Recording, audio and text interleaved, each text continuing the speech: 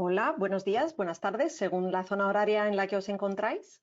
Les damos la bienvenida al webinario Nutrición de Precisión, la medicina del futuro, organizado por Nutrición Práctica, la Comunidad en Acción, inaugurando así la Universidad de Verano de Nutrición Práctica. Hoy tenemos el placer y el honor de contar con la presencia del doctor José María Ordovás. El doctor Ordovás es profesor de nutrición y científico principal en el Centro de Investigación de Nutrición Humana sobre el Envejecimiento en la Universidad de Tufts en Boston, donde también es el director del Laboratorio de Nutrición y Genómica. Además, es profesor de genética y farmacología en la Escuela de Ciencias Biomédicas de Sackler y científico senior en el Instituto IMDEA Alimentación en Madrid, en España. Los principales intereses de investigación del doctor Ordovás se centran en los factores genéticos y epigenéticos que predisponen a enfermedades crónicas relacionadas con la edad, enfermedades cardiovasculares, obesidad y diabetes, y su interacción con factores ambientales y de comportamiento con énfasis particular en la dieta. El doctor Ordovás ha publicado más de 850 artículos científicos, libros y participó como ponente en cientos de congresos, simposios y cursos internacionales relacionados con la nutrición personalizada. Es un pionero y uno de los expertos mundiales más distinguidos en el estudio de las interacciones entre genes y dieta. A lo largo de su carrera, el doctor Ordovás ha recibido múltiples reconocimientos, como el premio del secretario del USDA, el premio Centrum de la Sociedad Americana de Nutrición, la medalla de oro de la Sociedad Española de Cardiología y el premio Francisco Grande de la Mediterranean Diet Foundation. Es miembro de las Reales Academias de Ciencias, Medicina, Nutrición y Farmacia en España y ha sido miembro de la Junta de Alimentos y Nutrición de las Academias Nacionales y del Comité Asesor del Centro Nacional de Toxicología de la FDA en Estados Unidos. Actualmente es el presidente del Grupo Científico Multidisciplinario que asesora al Ministerio de Ciencia e Innovación de España en asuntos relacionados con COVID-19. Doctor Ordovás, muchas gracias por participar en esta primera sesión de la Universidad de Verano de Nutrición Práctica. Le cedemos la palabra para que pueda hacer su presentación y volvemos al final para la sesión de preguntas. Invitamos a todos que hagáis vuestras preguntas durante o después de la presentación del doctor Ordovás y vamos a empezar con la ponencia. Muchísimas gracias por vuestra atención y que disfrutéis. Muchas gracias, Afrodita, por esa presentación. Y efectivamente vamos a ponernos en faena. Y la de hoy es precisamente discutir cuál será la función que va a tener la medicina o la precisión en la nutrición del futuro. Entonces, a ver, tengo un problema aquí de que veo demasiadas cosas en mi pantalla. Ahora, muy bien. Entonces, el tema de como ya decía, el tema de la ponencia va a ser cómo conseguir una vida más saludable con la nutrición personalizada o la nutrición de precisión.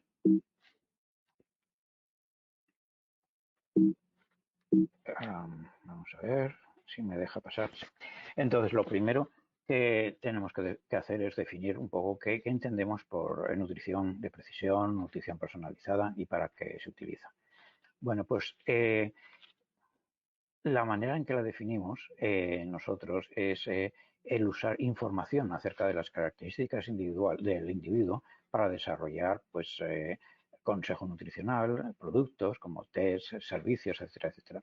Y en estos momentos, pues de la manera que lo vemos es precisamente recoger por todos los medios posibles esa información del medio ambiente e interna del individuo, procesarla a través de inteligencia artificial y que eso dé lugar a generar algoritmos que nos permitan utilizar esas recomendaciones de manera personalizada. Y al final de ello, lo que obtenemos o lo que pretendemos obtener es una ayuda para que el individuo desarrolle estilos de vida, hábitos que van a cambiar de una manera beneficiosa su salud a largo plazo.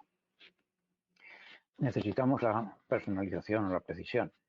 Pues sí, naturalmente. Y esto lo podemos ver en esta diapositiva, donde naturalmente vemos que nos diferenciamos externamente en nuestras características físicas, pero también nos diferenciamos muy mucho internamente en nuestro metabolismo. Y esto algunos de los asistentes, ya me lo habéis visto en ponencias anteriores, pero hay que apoyarse en el pasado para saltar hacia el futuro. Lo que vemos aquí en esta diapositiva es, por ejemplo, en uno de nuestros estudios o en cualquier estudio de los que hemos hecho de intervención dietética, cómo los individuos reaccionan de una manera muy diferente a la misma intervención dietética a lo largo del tiempo. Por ejemplo, en este caso era el porcentaje de cambio de colesterol en plasma cuando los sujetos consumían una dieta típicamente americana en esa época, es decir, alta en grasa y alta en colesterol, y lo poníamos a los sujetos en una dieta que era baja en grasa y baja en colesterol. El colesterol en LDL, en teoría, tenía que disminuir y así lo hizo como media de la población, pero veis la dispersión de respuestas que había en la misma.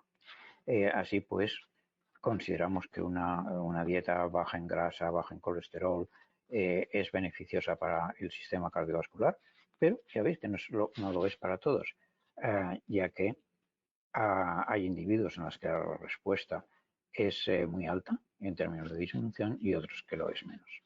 Por lo tanto, lo que podemos decir es que no hay dos humanos que sean iguales y no dos dietas que sean buenas para todo el mundo.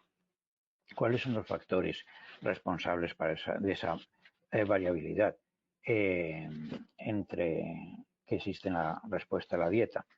Pues bien, una de las cosas, y así es como empezó un poco en nuestro campo de la nutrición de precisión, es la genética. Las variables genéticas o la variabilidad genética entre individuos hace que unos respondan más o menos.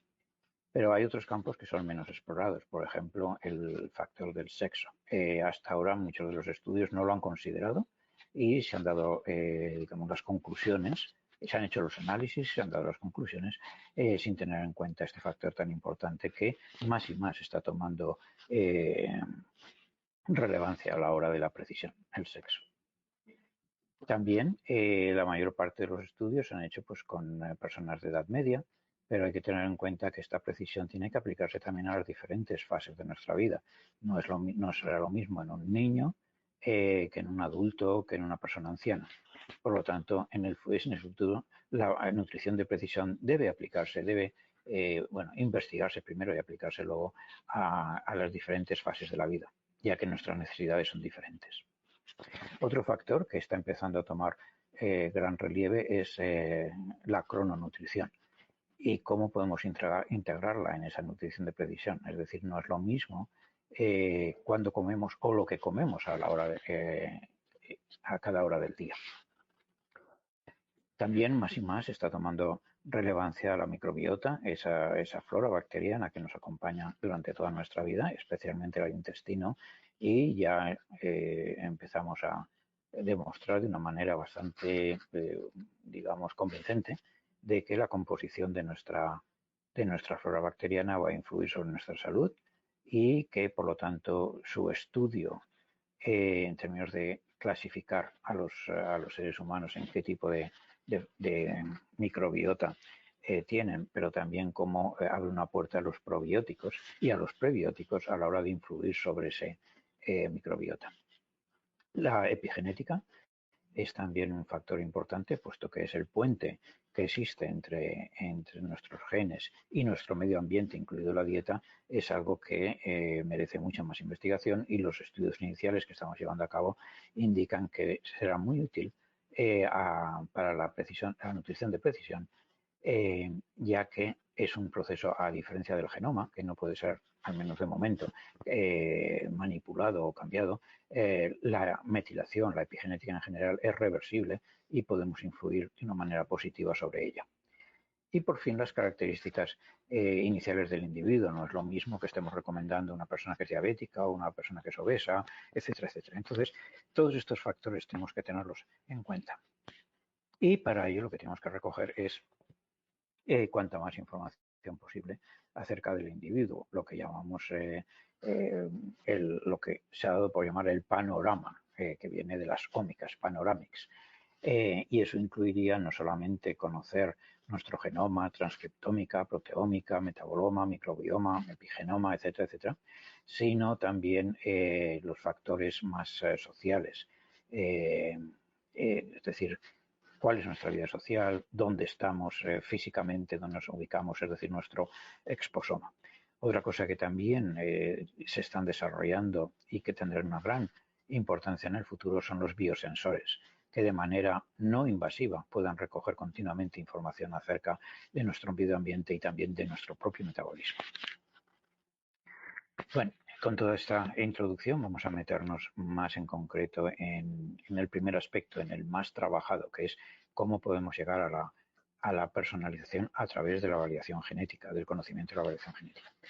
Y para eso lo que tenemos aquí es lo que ocurre en los periodos, en los estudios que estamos llevando a cabo genéticos, que normalmente esta es la gráfica del medio, donde vemos que podemos encontrar una variante genética donde, por ejemplo, una determinada variable, llamémosle el colesterol en LDL, es más alta en los que son que tienen el alelo G, mientras que aquellos que no lo tienen, es decir, son homocigotos para el alelo A, pues esta variable está más elevada, es significativamente más elevada en aquellos que son portadores del alelo G.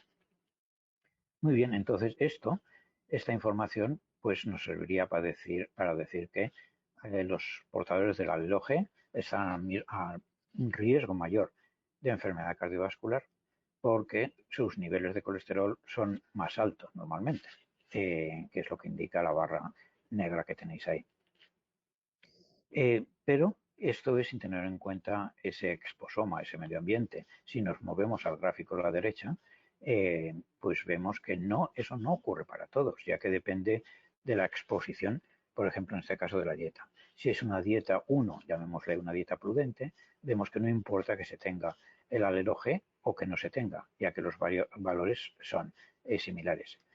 ¿Dónde se demuestra ese más alto riesgo? Pues precisamente se demuestra en aquellos que están expuestos a un ambiente diferente, en este caso la dieta 2, que puede ser esa dieta heterogénica de la que hablábamos anteriormente en la diapositiva anterior. Entonces veis que no es solamente importante el hacer el análisis genético per se y ponerle al sujeto la etiqueta de alto riesgo, bajo riesgo, sino que hay que incluir también los factores ambientales, esto que llamamos la interacción gen-dieta, puesto que así descubre que a algunos sujetos pues el genotipo no les afecta para nada, mientras que hay otros que les afecta. Y precisamente esa información es la que vamos a utilizar para hacer esa medicina o nutrición de precisión. Muy bien, entonces pasemos al panel de abajo, panel B. Lo siento, pero que no pueda mover el cursor, pero no me va en estos momentos, así que os tengo que describir a dónde tenéis que apuntar vuestra atención. En este caso nos vamos al gráfico de barras, en el que las dos barras, la gris clara y la negra, son idénticas. Eso simplemente lo que nos dice es que en un estudio genético pues se ha visto que el tener o no tener ese polimorfismo no afecta para nada los valores de la variable que estamos examinando. De nuevo, nos podemos inclinar por utilizar el colesterol en LDL como variable. Muy bien, si nos movemos al gráfico de la derecha de barras, entonces veis que aquí el hecho de que no veamos nada en la asociación genética es porque tenemos dos actuando la dieta, por ejemplo, en dos aspectos totalmente opuestos. En el caso de la dieta 1 resulta que es el AA tiene un colesterol más alto que los AGs o GGs, mientras que en la dieta 2 tenemos la información de que es más alto en aquellos sujetos que tienen el genotipo AG o GG. O sea que podemos utilizar esa información para realmente recomendar a cada individuo si es la dieta 1 o la dieta 2 la que les va mejor.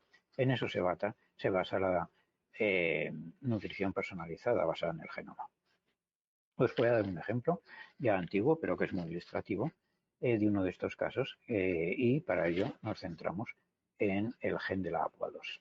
El gen de APO2 participa en el metabolismo reverso del colesterol al ser un componente de las HDL, pero hasta muy recientemente realmente no sabíamos cuál era la función biológica. Entonces, a partir de los estudios genéticos, pues hemos podido, digamos, acercarnos más a cuál podría ser la misión fisiológica de la APOA2, y lo que nos encontramos es que en uno de los estudios que tenemos en marcha, que es el estudio Golden, que se llevó a cabo en Minnesota y en Salt Lake City, dos poblaciones pues, totalmente blancas de origen europeo, lo que podíamos observar es que una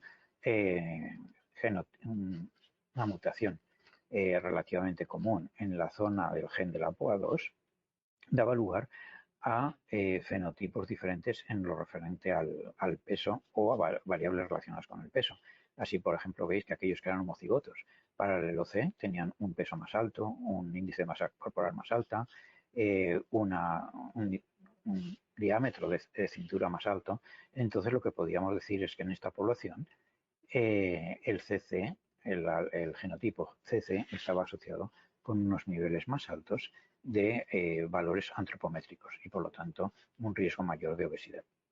Entonces, cuando introdujimos ese segundo factor, que es en este caso la dieta, lo que pudimos observar es que la dieta era un factor importante, modificador, como hemos visto en la diapositiva del ejemplo más generalizado, ya que veis que si el sujeto o los sujetos tienen bien sea el genotipo TC o el TT o el TC, el hecho de que consuman una dieta baja en grasa saturada o alta en grasa saturada no influye en su índice de masa corporal.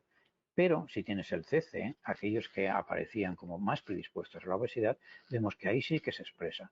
Aquellos sujetos que tienen una dieta alta en grasa saturada, se ve como el índice de masa corporal es muy alto.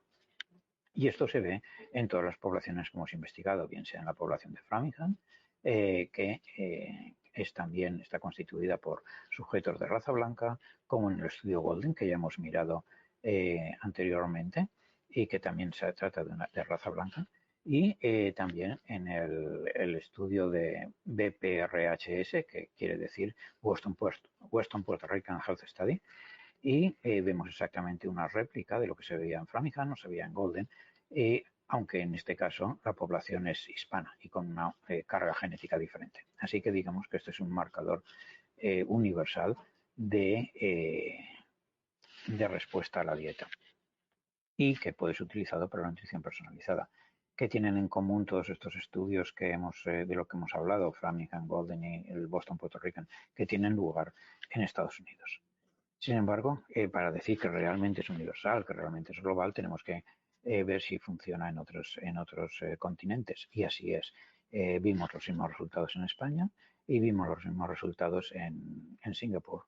Claro, en Singapur tenemos la ventaja de que estábamos estudiando en un lugar pequeño 3 razas que constituyen la mayor parte de la población mundial, que son la asiática, la china, la malaya y la india. O sea que en estos momentos estudios ya que tienen de hecho bastantes años nos han demostrado que la APOA2 es un marcador de obesidad, pero solamente proporciona el riesgo cuando estás sujeto a una dieta más de estilo americano, es decir, alta en grasa saturada. Aquí volvemos a la población de Framingham. La población de Framingham ha sido seguida desde el año 1947 y por lo tanto podemos ver qué ha pasado en estos sujetos a través de los años.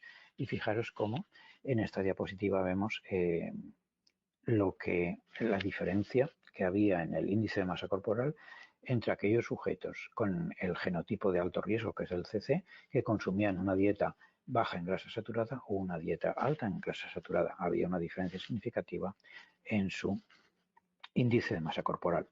Pero fijaros cómo a través de los años esa diferencia aumenta y el mensaje de esta diapositiva es que a la hora de esa nutrición de precisión, cuanto antes se ponga en marcha una operación mejor, puesto que no es lo mismo la diferencia que ocurre en una persona relativamente joven. El rango de edad era entre 13 y 61 años al principio de este estudio, me refiero a este estudio particular de la APOA2, y al final el rango de edad de 29 a 77 años, y veis cómo ya el efecto genético combinado con el efecto de la dieta ha duplicado la diferencia entre aquellos que, digamos, tenían una dieta prudente y aquellos que no lo tenían. Es decir, que es mucho mejor, digamos, arreglar o reparar el problema al principio que no al final, donde cuesta mucho más. Pues hay que hacer mucho más esfuerzo. Muy bien, entonces a la hora de aplicar la nutrición de precisión o cualquier tipo de prevención, cuanto antes mejor. Muy bien, aquí os voy a poner otro ejemplo más reciente en el que ya sabéis que el consumo de bebidas azucaradas pues se ha asociado con obesidad, se ha asociado con problemas metabólicos, etc. La cuestión es si esto aplica a todo el mundo o no. Y como veis, este es un estudio mucho más reciente, lo publicamos hace unas semanas, donde examinamos el efecto del consumo de este tipo de bebidas azucaradas dependiendo del genotipo de un gen, que es el PMT. El PMT es un gen que codifica por el enzima fosfolípido metiltransferasa. Y es un enzima que convierte la fosfatidiletanolamina en fosfatidilcolina en el hígado. Y entonces fijaros qué interesante cómo lo que está ocurriendo aquí es que si tienes un determinado genotipo, que es el CC, tu índice de masa corporal no se modifica como vas aumentando la dosis que tomas de este tipo de bebidas cada día. Mientras que aquellos que tienen el genotipo TT o CT, veis como hay un efecto bastante alto del consumo de bebidas azucaradas y que ya empieza muy pronto. A ellos les hace efecto, mientras que a los CCs no les hacía efecto en un amplio rango. Estos sujetos, incluso simplemente ya con una o dos bebidas azucaradas, su riesgo de un índice de masa corporal más elevado, de una obesidad más elevada, se manifiesta. Muy bien, las barras de la derecha lo que viene a decir exactamente el mismo mensaje, pero dividiendo en tercios de la población. Así, pues, como veis, no solamente podemos utilizar, por ejemplo, el consumo de grasas a la hora de personalizar, pero otros componentes habituales de la dieta también nos ayudan a llegar con más y más profundidad a esa precisión de la que hablaba. Pero, naturalmente, lo que sabemos es que la obesidad no está definida por un solo gen, la diabetes no está definida por un solo gen y cualquier otra enfermedad compleja no está definida por un solo gen. Así que es importante pasar de estos estudios que son simplemente mirar a un solo gen a aquellos que contribuyen a mirar de manera combinada a aquellos que ayudan a que se cree ese fenotipo. Perdón. Y el uso de estos scores de riesgo genético lo vemos aquí en este otro estudio, en el que también utilizamos como modelo el estudio de Goldren del que ya os he hablado anteriormente.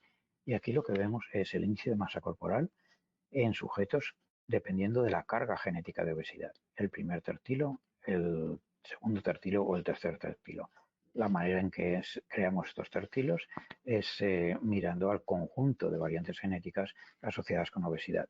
Si la carga genética era baja, estaban en el primero, intermedia en el segundo y alta en el tercero. Y veis cómo el índice de masa corporal va aumentando con la carga genética. Entonces, la pregunta es, si uno tiene una alta carga genética, ¿está ya, digamos, condenado a ser obeso? Bueno, vamos a ver si esto es así o no. Y aquí vemos la misma población, pero cuando dividimos a la misma entre aquellos que consumían una dieta baja en grasa saturada o una dieta alta en grasa saturada. Lo que vemos es que aquellos sujetos con una baja carga genética un índice o un score bajo, pues podían comer de una manera totalmente omnívora sin que eso, digamos, afectara de una manera significativa su índice de masa corporal. Sin embargo, aquellos en los que se combinaba la carga genética con una dieta heterogénica, pues su índice de masa corporal se disparaba, mientras que los mismos sujetos consumiendo una dieta prudente, baja en grasa, baja en colesterol, pues veíamos que sí había un ascenso en el tiempo con el riesgo genético, pero naturalmente no tan intenso, no tan pronunciado como en el caso de aquellos que consumían la dieta rica en grasa y en colesterol. Así pues, vemos cómo realmente la carga genética, examinada en este caso con todos aquellos genotipos que sabemos están relacionados con la obesidad, la podemos modular con la dieta. Y esto, antes hablábamos de cómo un solo gen era capaz de sacar a relucir la carga genética, el riesgo genético asociado con la obesidad. Pero de nuevo, la obesidad no depende de un solo gen, y cuando miramos al consumo de bebidas azucaradas, lo que vemos es también que vamos a donde pone pool, es decir, toda la población, porque lo que vemos aquí son los datos de 3 estudios independientes en Estados Unidos, pero vamos a ver lo que ocurría con los diferentes cuartiles del riesgo genético que hemos visto anteriormente en tertilos. Entonces, si un sujeto está en el primer cuartilo, es decir, tiene poca carga genética de obesidad, no importa que consuma bebidas azucaradas o no, al menos desde el punto de vista del índice de masa corporal, no le va a engordar. Lo mismo en los sujetos del segundo cuartil. Pero ya vemos que cuando se cruza determinado umbral de carga genética, y así que empieza a influir de una manera significativa, y aquellos sujetos que están en el tercer y cuarto tertilo de carga genética, vemos como si es en esos sujetos precisamente donde esta predisposición o esta asociación, que ocurre con el consumo de bebidas azucaradas se demuestra de una manera significativa y de una manera, digamos, clínicamente relevante. Muy bien. Entonces, hasta ahora hemos visto cómo el tipo de dieta influye sobre la carga genética, o al revés, la carga genética influye sobre los efectos de la dieta que consumimos, pero vamos a introducir otro factor, que es el factor temporal, el factor del tiempo del que ya hemos hablado. Y eso nos lleva a la cronobiología. Tenemos nosotros pues un reloj central que está en el cerebro, pero también tenemos relojes periféricos en prácticamente todos nuestros órganos.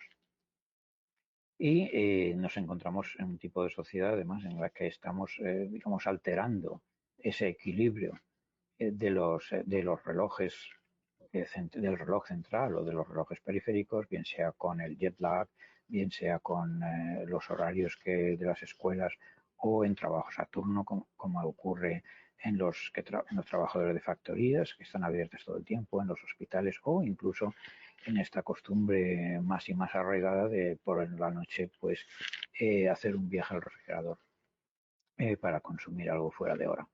Entonces, claro, eso rompe ese equilibrio que hay entre lo que el reloj cerebral, el reloj central, y los relojes periféricos. Las causas de esa interferencia en la sincronización entre los relojes, pues ya las hemos mencionado. El hecho de que tengamos, digamos, a partir de la luz artificial, podamos hacer días de 24 horas. La falta, digamos, de regulación de cuando comemos. También ya hemos mencionado los trabajos a turno. Pero también, naturalmente, en estos genes relojes, clock es el más estudiado, pues hay mutaciones que afectan, digamos, nuestra ritmo circadiano durante el día. Y entonces pasamos de un ritmo coordinado a un ritmo que no está coordinado, como veis en la figura central, y las consecuencias de eso pues son la obesidad, el síndrome metabólico, el cáncer, la enfermedad cardiovascular y también aspectos cognitivos y del comportamiento. Muy bien, entonces, ¿qué es lo que somos? Pues somos lo que comemos, pero también cuándo lo comemos. Y una demostración de ello es los estudios que se llevaron a cabo, sobre todo en Murcia, por la doctora Garaulet, donde en colaboración con ella estudiamos los resultados del estudio On Time. Y aquí quiero que concentréis vuestra atención al panel de la izquierda.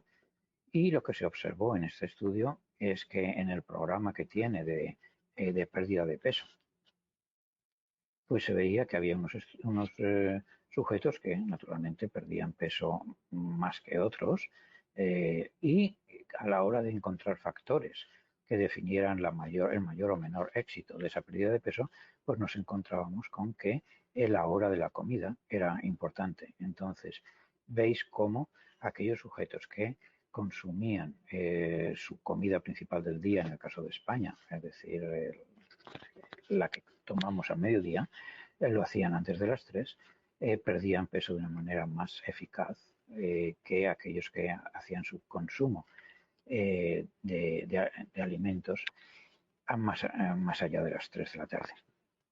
Entonces, bueno, esta era una observación general y la cuestión que nos planteamos a continuación es si hay otros, si esto era para todo el mundo o había factores que modificaban este cambio de éxito a la hora de perder el peso. Entonces ahora nos movemos a los dos paneles de la derecha y esta es la misma población naturalmente, pero ahora en el panel central tenemos lo que ocurría con aquellos que eran del genotipo AA en un gen, en una variante del gen de la perilipina. ¿Qué es la perilipina? La perilipina es la proteína más abundante en el tejido adiposo y lo que hace es ponerse en la cobertura de las bolas de grasa que tenemos en el tejido adiposo y las protege de que sean metabolizadas por las lipasas. Es decir, mantiene la grasa en el adipocito en lugar de que esta grasa salga a la circulación. Entonces, vamos a ver qué ocurre con una variación genética, como ya he mencionado, en este gen de la perilipina. Volvamos al panel del medio y vemos cómo aquellos sujetos que son portadores del genotipo AA pierden peso de una manera mucho más eficaz que aquellos que son portadores bien sea del alelo TT o del genotipo TT o AT. Y si nos vamos al panel de la derecha, lo que vemos es que esos portadores del alelo T da igual a la hora que coman. Entonces, como veis, esa observación que encontrábamos al principio, que era significativa ya per se, pero cuando lo trasladamos a rizar el rizo, introducir como variable el tiempo, en este caso la hora a la que consumían los alimentos, pues nos permite llegar a una precisión mucho mayor, porque podemos decir en un caso que sí, que vosotros, aquellos que sois digamos, portadores del genotipo AA, realmente va a funcionar esa recomendación.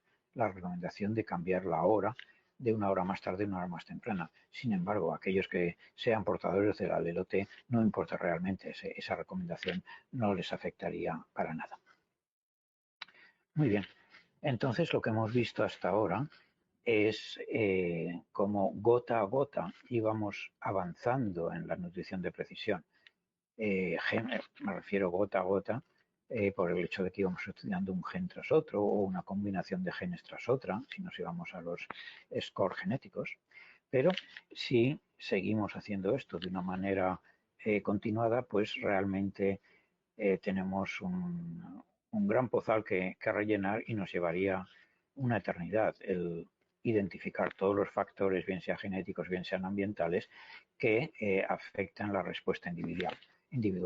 Y de ahí que tengamos que pensar que en el futuro tenemos que digamos, sí, naturalmente estudiar los genes para conocer los mecanismos, pero afrontar el problema de una manera más masiva de lo que hemos hecho hasta ahora e introducir el genoma completo, el exposoma completo en el análisis, y la única manera de hacerlo posible es utilizando inteligencia artificial y machine learning.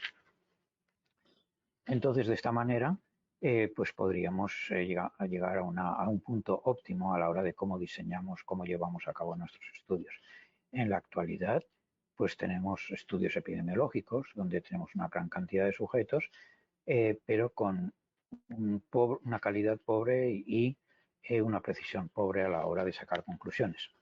Mientras que, por otra parte, podemos utilizar estos estudios randomizados de pequeño tamaño de población, porque no se puede hacer por muchas razones, una de ellas la económica, en grandes poblaciones, pero utilizamos eso. Claro, ahí alcanzábamos la precisión, pero no teníamos la cantidad de sujetos necesaria. Entonces, lo que pensamos es que el Big Data nos puede, unido con esos desarrollos que tenemos hoy en día de las aplicaciones en los teléfonos móviles, los monitores de glucosa o de actividad, etcétera, podemos llegar a conseguir la situación óptima de hacer los estudios con gran precisión y además en grandes poblaciones. Y un ejemplo de esto es el estudio PREDICT, que es una colaboración entre el King's College en Londres, el Hospital General de Massachusetts, la Universidad de Stanford, Harvard, Tufts y una compañía de biotecnología que es Zoe en Inglaterra. Entonces, aquí la pregunta que nos planteábamos era ¿cuánta variabilidad existe entre los sujetos? De alguna manera, pues ya lo hemos visto en las diapositivas iniciales, ¿no? Que es realmente grande. Aquí la ventaja que teníamos era que estábamos estudiando gemelos en su mayor parte. Entonces, una vez definimos que sí, que hay variabilidad entre los individuos en términos de la respuesta, ¿qué factores explican estas respuestas? La composición de la dieta, cómo consumimos esa dieta, que incluye, entre otras cosas, ese factor tiempo del cual ya habíamos hablado, la genética, el microbioma, la edad, el sexo, el índice de masa corporal, aquellas cosas que lo describía en la segunda o tercera diapositiva. Y ahora coger toda esa información en conjunto y aplicarle el machine learning a la hora de que nos produzca algoritmos que podamos utilizar a nivel individual. ¿Cuál es el diseño de este estudio, del Predict One? Hay una fase, digamos, clínica, que dura un día, y durante todo ese tiempo, a lo largo del día, pues se van tomando muestras de sangre, muestras de heces, muestras de orina, al objeto de llevar a cabo todo tipo de metabolómica, de genómica, etcétera, en estos sujetos de una manera muy profunda. Y luego esto se sigue por 2 semanas en las que los sujetos pues consumen una serie de dietas, digamos, bien estandarizadas, y se van tomando muestras ellos mismos por, digamos, sangre en del dedo, y también tienen pues todos estos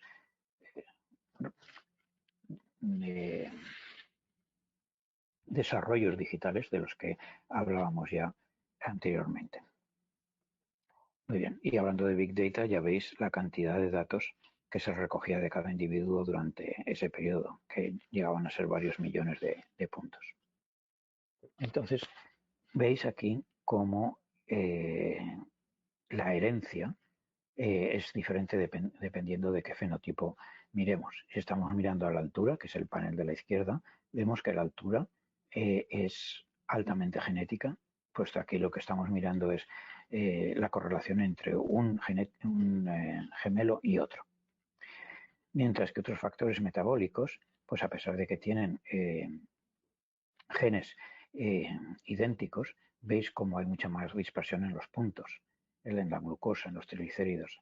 De ahí pues concluimos que sí, que los genes son importantes, hay cierta correlación, pero desde luego no definen totalmente las características de los individuos a la hora de responder en un caso a la carga de glucosa, en otro caso a la carga de triglicéridos o a una carga grasa. Es decir, hay otros factores que son importantes más allá de los genes.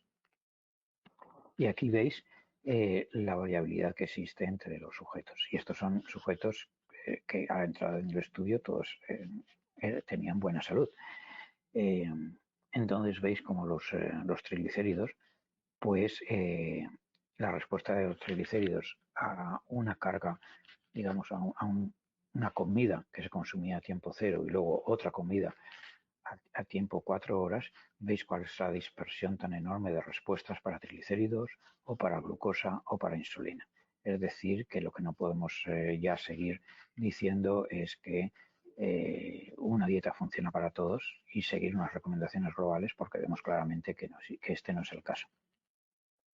Así pues, lo que este estudio va a conseguir es identificar esos sujetos que responden de una manera tan alta, tan alarmante, tan perjudicial a un determinado tipo de dieta y darle la dieta apropiada para que se mantengan a un nivel de la media de la población.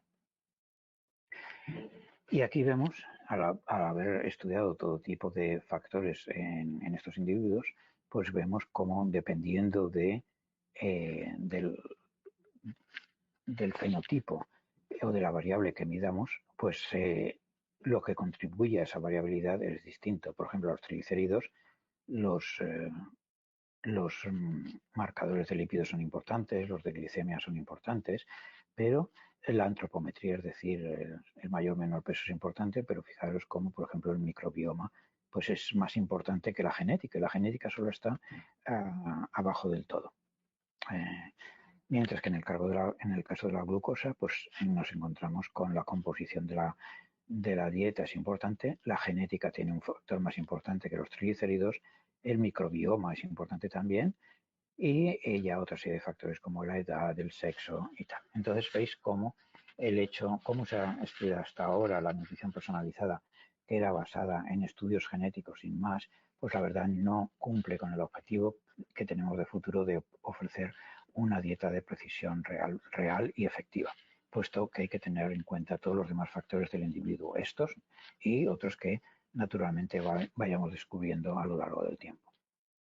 De nuevo, sacar a relucir la importancia que tiene el factor tiempo y cómo lo que consumimos a determinada hora del día, por ejemplo, para el desayuno, afecta la respuesta, en este caso, por ejemplo, a un plato de garbanzos, pues cuando te consumes un plato de garbanzos al mediodía, pues la respuesta de un sujeto difiere de otro dependiendo de lo que hayas consumido para desayunar. Así pues, no es solamente importante, como ya hemos mencionado, lo que comes, sino cuándo lo comes y la distribución de comidas a lo largo del día. Ahora estamos todos afectados por la COVID, entonces vamos a plantear un escenario hipotético acerca de cómo afectaría la nutrición de precisión en la era en la que nos encontramos. Entonces, recordad de la diapositiva anterior cómo había sujetos que tenían una área bajo la curva muy alta en términos de respuesta a la glucosa con una dieta habitual. Y como hemos dicho, como una dieta de precisión nos ayudaría a rebajar esa excursión, esa elevación de la glucosa durante ese periodo postprandial. Entonces, ¿qué ocurriría a un sujeto en el cual no se aplicara la dieta de precisión? Pues se haría su test de glucosa y se vería pues una glucosa peligrosa elevada de 169. ¿Qué ocurriría si este sujeto tuviera la mala suerte de ser infectado y desarrollar COVID? Pues que acabaría probablemente en la unidad de cuidados intensivos con un respirador. ¿Por qué? Porque hemos visto que la obesidad, la diabetes son factores de riesgo adicionales en la expresión de la enfermedad del COVID. Mientras que si este sujeto hubiera tenido la suerte de estar expuesto a un consejo de nutrición personalizada o de precisión, pues su glucosa se hubiera mantenido en niveles normales, no tendría la expresión de la diabetes y pues sería un sujeto más de los que nos encontramos en las calles sin ser afectado de una manera seria por el COVID. Entonces, ¿cuál es el pasado, el presente y el futuro de la nutrición de precisión? Pues hasta ahora la hemos ido construyendo poco a poco a base de estudios utilizando sobre todo la genética. También en los últimos años se ha incorporado la microbiota para dar lugar a esa precisión de nutrición. Pero en el futuro, como ya hemos comentado, lo que tenemos que incluir es todo este tipo de biosensores que de manera no invasiva van informándonos de nuestra exposición al medio ambiente, pero también de cómo funciona nuestro metabolismo. Y a eso, aplicando la inteligencia artificial, pues daría lugar a algoritmos que nos permitirían llegar a esa nutrición de precisión. Muy bien, entonces esto es lo que quería comentaros en el día de hoy y ahora creo que tenemos tiempo para preguntas todavía. Por supuesto, muchísimas gracias, doctor, por una ponencia tan interesante. Por aquí tenemos ya una serie de preguntas. Os animamos de aprovechar de esta oportunidad de tener al doctor Ortobas al alcance y hacer todas las preguntas que queráis. Si les parece, empezamos con las preguntas que ya nos han llegado durante la presentación del doctor Ordovás. ¿Puede el ayuno intermitente ser beneficioso dependiendo de variaciones genéticas? Pregunta un miembro de la audiencia.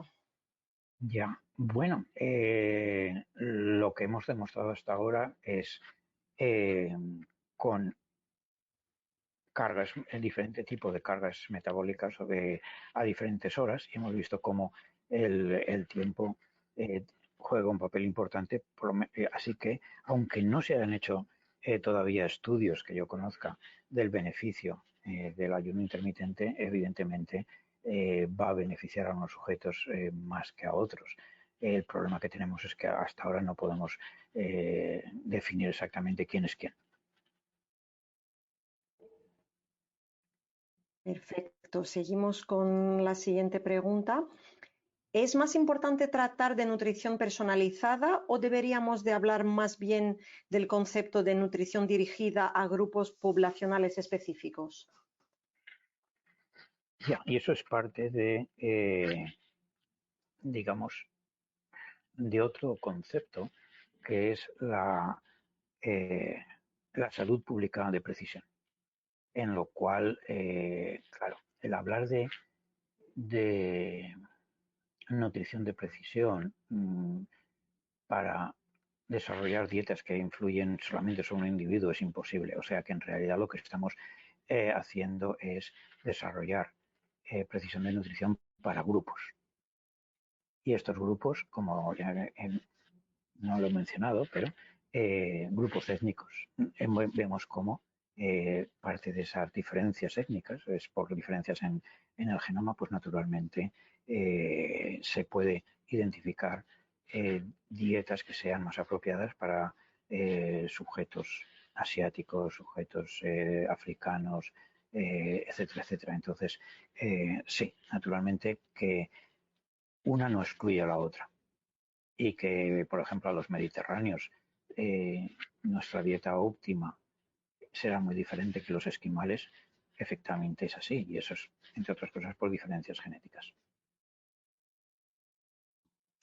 Muchas gracias.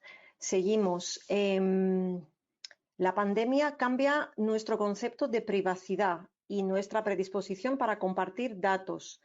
¿Hay iniciativas para extraer de estos datos información importante sobre el impacto de la dieta y el estilo de vida en nuestra salud? Sí, efectivamente las hay. Y se están ya, digamos que se están poniendo en marcha ya por una razón muy sencilla, y es que había grandes grupos de población en los que ya se conocían, digamos, su exposoma, es decir, su medio ambiente, su dieta, pero también su genoma. Y en este caso estamos hablando de un gran estudio que es el UK Biobank, que se inició hace bastantes años en Inglaterra y donde se recogía todo este tipo de medidas en los sujetos participantes, que eran unos 400.000. Entonces ahora lo que se está haciendo es volver a los datos de esa población y a través de los récords electrónicos ver quién ha desarrollado o quién ha sido afectado por el COVID o no, y de ahí sacar información acerca de predisposición genética, qué comían o no comían estos sujetos, etcétera, etcétera. Entonces, esto es algo que ya se puede hacer de una manera rápida, puesto que la información se ha recogido, pero también hay otros estudios en los que en estos momentos se está recogiendo la información para hacer ese mismo tipo de análisis. Otra pregunta. ¿La industria alimentaria puede ayudar de alguna forma en la nutrición personalizada? No es que pueda, es que debe.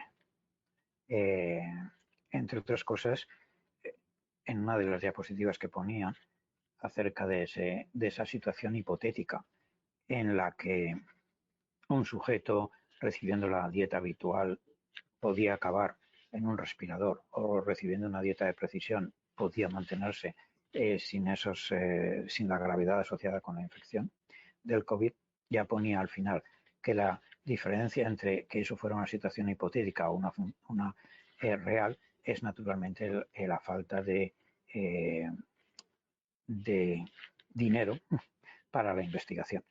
Y esa infusión de fondos es una infusión que viene de organismos públicos del gobierno, pero también de la empresa privada. Es muy importante que naturalmente esto al final les va a beneficiar y que contribuyan también con la inversión, con el costo que el desarrollar esta nutrición de precisión supone, puesto que eso los permitirá desarrollar en el futuro precisamente alimentos, digamos, más dirigidos a un tipo de población o otro tipo de población y, por ejemplo, pues, no sé, probióticos, etcétera, etcétera. Entonces, sí, la industria alimentaria se va a beneficiar de este conocimiento y, por lo tanto, yo creo que debería ser parte también de conseguir la información necesaria, la información científica necesaria para poder llegar a esa precisión. Aquí tenemos muchas preguntas, vamos a ver si nos da tiempo de lanzar algunas más. ¿La nutrición personalizada estará al alcance de todo el mundo? Pienso que sí. Y esa es la idea con la que trabajamos. No, no queremos simplemente que esto sea, digamos, se reduzca a que unos pocos puedan utilizarlas porque tienen el medio, digamos, la capacidad económica de hacerlo, sino que sea algo totalmente asequible, puesto que la tecnología, cuando se aplica de una manera masiva, es realmente barata. El costo viene, digamos, en el desarrollo del conocimiento, pero una vez que tengamos ese conocimiento, digamos, supongo que habrá que amortizarlo, pero una vez esté en marcha, desde luego, esto es realmente barato el poder llegar a hacer todas las medidas necesarias. Y será algo tan normal como lo que hacemos ahora, digamos, con nuestros relojes que nos miden, digamos, todo tipo de, digamos, variables fisiológicas ya. Tenemos más preguntas relacionadas con las opciones que hay ahora mismo.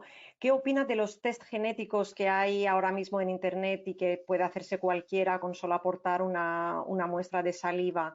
Y parecida a esta pregunta, otra que dice de toda la oferta de soluciones de dietas personalizadas que hay ahora mismo, ¿existen algoritmos fiables que combinan análisis genético con factores medioambientales para conseguir un abordaje integrado de nutrición personalizada?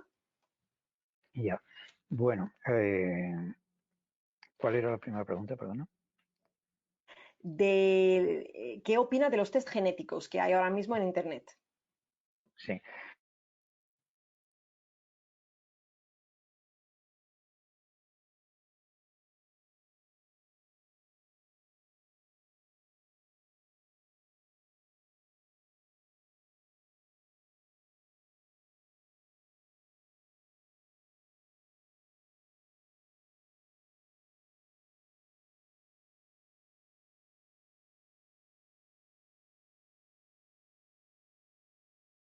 En cualquiera de las enfermedades comunes representa algo como mucho el 50% del riesgo de un individuo. Por lo tanto, hay que tomárselo con cuidado ese tipo de información y no dar lugar a miedos innecesarios. Hay enfermedades genéticas monogénicas que naturalmente sí que el efecto genético es muy fuerte y en muchos casos los test que se están llevando a cabo hoy en día no dan información acerca de ella, a no ser que sea directamente a través de un profesional de la salud. Así que yo diría que, bueno, es una información importante para el individuo, pero sin llevarlo más allá de lo que significa, y es una predisposición hacia algo. Y con respecto a la pregunta segunda, pues la verdad es que ya habéis visto el efecto tan moderado que tenía el componente genético a la hora de interpretar la variabilidad. Por lo tanto, sí puede contribuir un poco al conocimiento, pero los algoritmos que hay hasta ahora pues ofrecen muy poca ventaja sobre aquellos que no realmente no incluyen la parte genética. Entonces, hasta que no se desarrollen eh, algoritmos más holísticos, pues hay que tener cuidado con las interpretaciones que se dan a los test genéticos actuales. Ahí sí que tenemos que avanzar mucho más.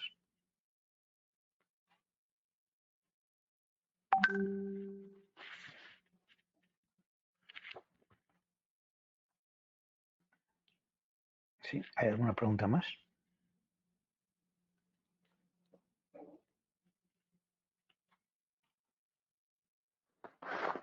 Doctor, muchísimas gracias. Bueno, parece que ha habido un fallo técnico por parte de la moderadora Judita. Bueno, nada más. Muchísimas gracias por la... Bueno, vamos a esperar un segundo porque creo que se va a volver a conectar. De acuerdo. Por mi parte, adelante.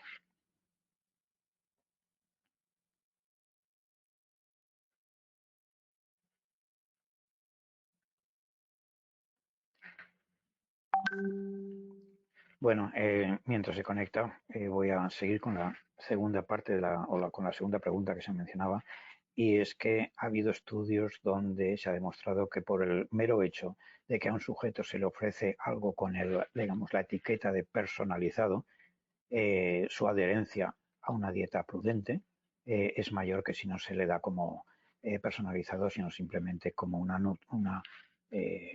recomendación global. Entonces, ya digo que los test que hay en la actualidad en el mercado no es que no sean fiables, pueden ayudar a que el individuo se adhiera mejor a un tipo de dieta siempre y cuando esta dieta sea prudente y siempre y cuando la interpretación de los mismos se haga a través de un profesional de la salud.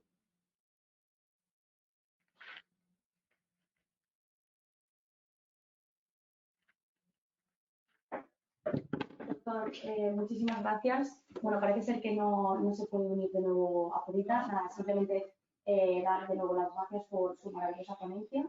Y nada, decirle a todos los asistentes que esta ponencia se podrá volver a ver en replay. Así que, bueno, tendrán acceso todos a llegar un correo y podrán acceder al vídeo en replay. Muchísimas gracias.